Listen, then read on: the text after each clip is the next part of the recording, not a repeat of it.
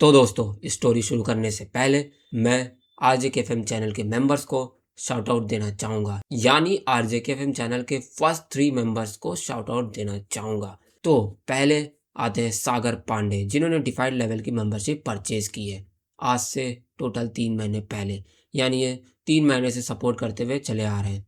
और फिर उसके बाद आते हैं किशोर के माकवाना, जिन्होंने डिफाइड लेवल की मेंबरशिप परचेज की है आज से 19 दिन पहले। और फिर उसके बाद आते हैं आशीष सोनी, जो गॉड लेवल की मेंबरशिप परचेज किए हैं और वो आज ही परचेज किए हैं। और जैसे ही 3 मेंबर्स हो गए, मैंने कहा चलो अब शाउट आउट कर देता हूँ टॉप 3 मेंबर्स को, क्योंकि ये लेवल्स में मेंशन है पहले से ही कि शाउट आउट मिलेगा मेंबर्स को। बाकी अब हम लोग स्टोरी को शुरू करते हैं बिना ज़्यादा टाइम वेस्ट किए। Let's begin. इधर विराट की धमकी सुनने के बाद तीनों एक दूसरे को देखने लगते हैं और वहीं स्कॉर्पियस जंगल धुआं और इलेक्ट्रिक स्पार्क्स से भर गया था। गिरते हुए ड्रैगन के मॉल्टन पार्ट्स जमीन पर सिजलिंग साउंड कर रहे थे। हवा में आयरन और ओजोन का एक तीखा मिक्स था। और वहीं विराट ने अपनी रेड स्वॉर्ड वापस भेज दी और फिर वीर के और पास आ गया, जो अब भी जख्मी हालत में पड़ा था। और वहीं बारबी अपनी छोटी सी फॉर्म में उसके पास बैठी थी। उसके छोटे हाथों से हल्का सा गोल्डन लाइट निकल रहा था, जो वीर के वूंड्स को ठीक से सही नहीं कर पा रहा था। खैर, वीर को पता था कि वो सुपर बॉडी फॉर्म एक्टिवेट करके खुद को ठीक कर सकता है, लेकिन उसने ये फॉर्म तभी यूज करने का सोचा है जब बहुत ज्यादा जरूरी होगा, क्योंकि वो नहीं चाहता उसका सेकंड फॉर्म किसी के सामने रिवील हो। इसलिए वीर विराट के होने की वजह से अभी अपने सुपर गॉड बॉडी को यूज नहीं कर रहा। खैर, इधर विराट ने अपना हाथ वीर के ऊपर रखा, जिसके बाद उसके हाथ से एक रेड ग्लो निकली और फिर वो 1000 माइक्रो एनर्जी थ्रेड्स में बदलकर वीर के बॉडी के अंदर घुस गई। इसलिए ये देखकर बारबी ने थोड़ा डर के पूछा, अंकल, आप क्या कर रहे हो मेरे डैड के साथ? विराट ने मुस्कुराकर कहा, रिलैक्स छोटी, ये एक हीलिंग आर्ट है, स्कॉर्पियस हील वेव टेक्निक। इससे वीर का एनर्जी फ्लो नॉर्मल हो जाएगा। हालांकि थोड़ा टाइम लगेगा, पर 1 घंटे में ये ठीक हो जाएंगे, विराट कहता है। और वहीं ये सुन के बारबी ने सिर हिला दिया और हल्की सी स्माइल दी। खैर, इधर विराट अभी वीर के वुंड्स सील कर ही रहा था, तभी जंगल के अंदर से वाइब्रेशन आई, जैसे कोई हैवी स्टेप्स जमीन को हिला रहे हों।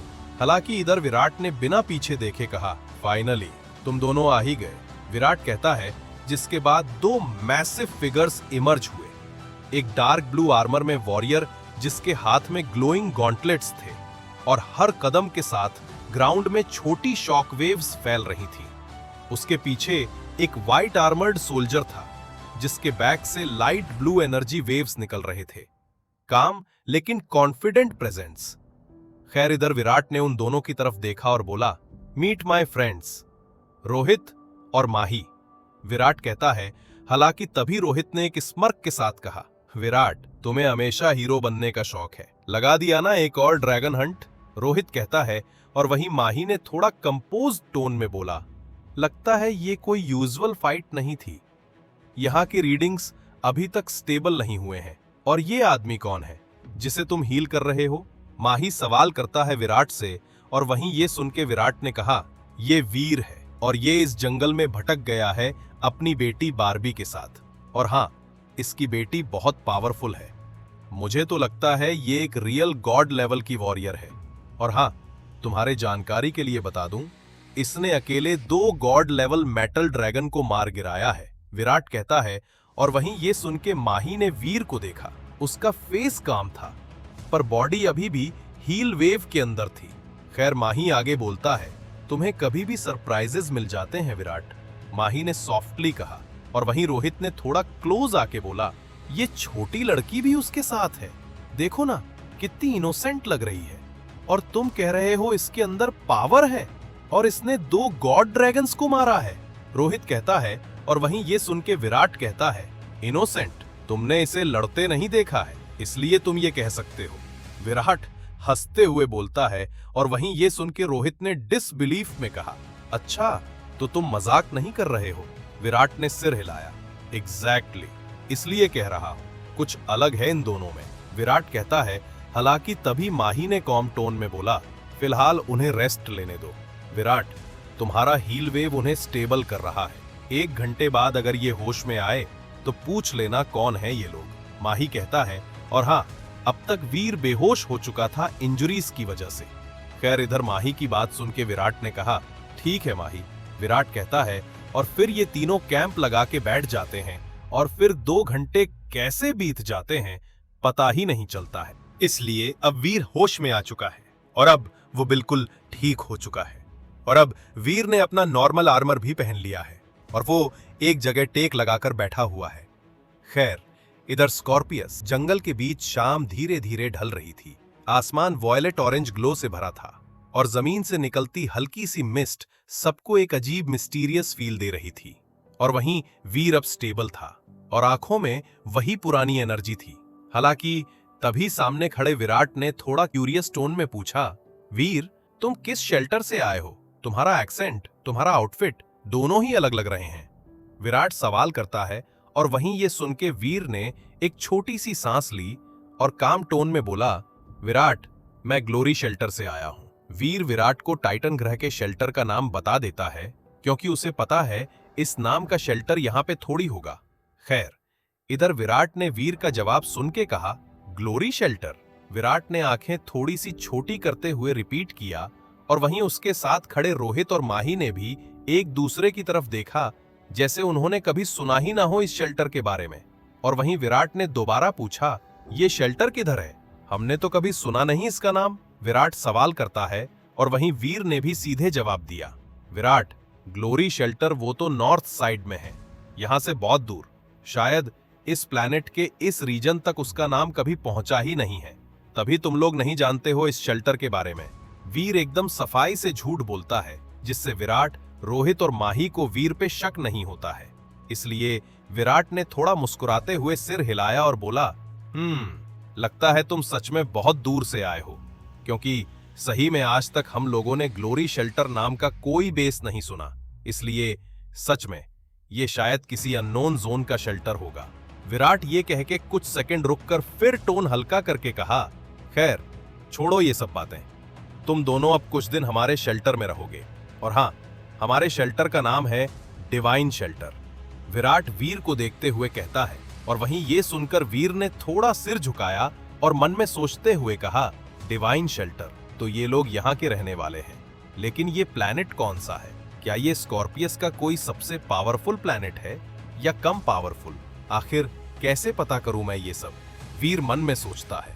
खैर, अभी वीर के दिमाग में सवालों का तूफान चल ही रहा था कि तभी विराट ने उसकी तरफ देखकर कहा, चलो वीर, निकलते हैं यहाँ से, क्योंकि अब रात होने वाली है और रात में यहाँ रुकना सही नहीं होगा और डिवाइन शेल्टर भी यहाँ से थोड़ा दूर है।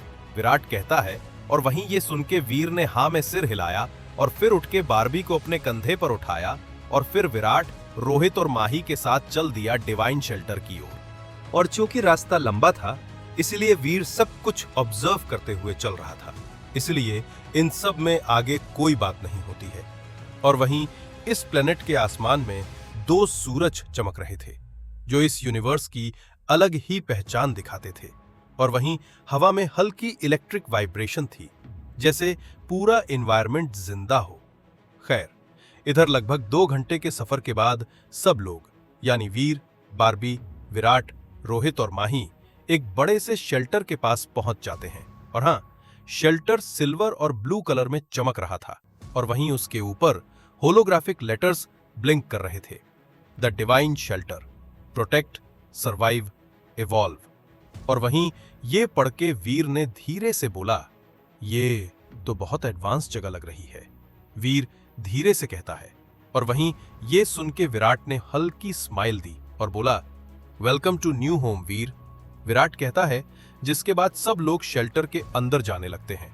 और फिर जैसे ही सब लोग अंदर गए, वीर ने हर तरफ देखना स्टार्ट कर दिया और फिर उसने देखा हर तरफ ड्रोन्स हवा में गार्ड कर रहे थे, होलोग्राफिक मैप्स दीवार पे ब्लिंक कर रहे थे और हर कॉर्नर में आर्मर्ड सोल्जर्स पेट्रोल कर रहे थे। हर जगह ऑर्डर और टेक्नोलॉजी का परफेक्ट बैलेंस था। खैर, अभी वीर ये सब कर ही रहा था कि तभी विराट ने उसे एक कमरा दिला दिया और फिर वीर और बारबी को एक एक आईडी बैंड भी दे दिया जिसपे उनका नेम और फोटो बनी हुई थी। और वहीं ये आईडी बैंड लेकर वीर ने पहन लिया हाथ में और बारबी को भी पहना दिया। और फिर विराट, रोहित और माही को बाय बोलने के बाद वीर अपने रूम में आ जाता है बारबी के साथ। और वहीं रूम में 2 बेड्स थे और 2 पोर्टल थे और 2 बाथरूम थे, यानी जो फैसिलिटी होनी चाहिए वो इस रूम में थी। खैर, इधर वीर ने रूम को ऑब्जर्व करने के बाद बारबी से बोला, तुम थोड़ा आराम करो बारबी, बाहर का एनवायरनमेंट अलग है, एनर्जी स्टेबलाइज कर लो, शायद इससे तुम पहले जैसी हो जाओ, वीर कहता है। और वहीं ये सुन के बारबी ने मुस्कुराकर हाँ में सिर हिलाया और फिर बेड पर लेट गई और कुछ ही पल में सो गई। जिसके बाद वीर ने एक बार उसे देखा और फिर चुपचाप कमरे से बाहर निकल गया। और वहीं कॉरिडोर में होलोग्राफिक लाइट्स उसके साथ मूव कर रही थीं, इसलिए ये देखकर वीर ने एक गहरी सांस ली और फिर डिवाइन शेल्टर के टेलीपोर्टर स्टेशन की तरफ बढ़ गया। और वहीं इधर स्टेशन पे फ्यूचरिस्टिक प्लेटफॉर्म्स थे और हर एक पॉड एक अलग जगह के लिए सेट था। और वहीं एक बड़े स्क्रीन पे लिखा था, डेस्टिनेशन पोर्टल अर्थ वाया स्कॉर्पियस डायमेंशन। ये पढ़ने के बाद वीर ने अपना आईडी बैंड स्कैन किया और एक मुंबई स्टेशन का टिकट ले लिया, जिसके बाद एक होलोग्राफिक टिकट एक्टिवेट हो गया। और फिर वीर मुंबई जाने वाली टेलीपोर्टर स्टेशन में चढ़ गया और फिर जाकर अपनी रिजर्व सीट में बैठ गया और आसपास के नजारे और लोगों को देखने लगा और ऑब्जर्व करने लगा। खैर, इधर कुछ ही मिनट बाद 1 सेकंड के फ्लैश के बाद ट्रेन चलना स्टार्ट हो गई और फिर कुछ ही सेकंड्स बाद 2 से 3 डायमेंशंस पार करते हुए ट्रेन अपने डेस्टिनेशन स्टेशन यानी मुंबई के टेलीपोर्टर स्टेशन पहुंच जाती है। और फिर वीर ट्रेन से उतरकर पहली बार स्कॉर्पियस यूनिवर्स के अर्थ पर कदम रखता है, और वो भी मुंबई शहर में। लेकिन ये मुंबई पुरानी दुनिया जैसी नहीं थी। यहाँ के टावर्स मेटालिक ब्लू स्टील के बने थे, उनके बीच एयर रेल्स चल रही थी और फ्लाइंग कार्स भी इधर उधर आ जा रही थी। और वहीं हर तरफ holographic advertisements, robotic traffic guides और स्काई ब्रिजेस थे जो बिल्डिंग से बिल्डिंग तक स्ट्रेच हो रहे थे।